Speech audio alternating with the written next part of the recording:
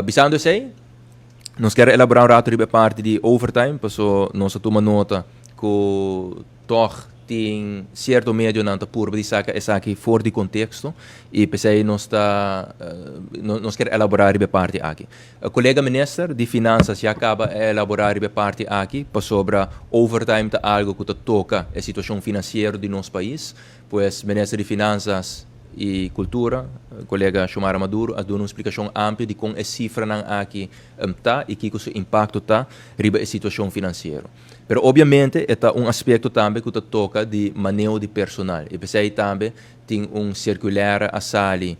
algum tempo atrás, a ministra presidenta emitiu essa aqui que ainda tem circular a papia em verdade de máximo de 40 horas, pero no mesmo momento também a puntra tour diretor e tour diensthoofd que belasco e leiding para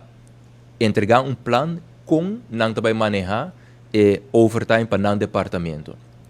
Para sobra, e tem consequência não também para o que trata é parte de segurança e foral ora botawak e departamento não que te resulta bau de justiça.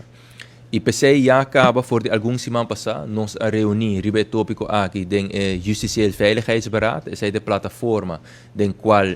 top de justiça está representar, pero também nós temos diretor overleg cultura e departamento não. E me te referi que na corpo policial, na CEA, na brandweer, na Guarda nos Costa, na KIA, na imigração, então den reunião aí na apresentar o plano com não vai percurar para a redução de overtime, tendo na conta que 4 pontos que é sumamente importante para nós.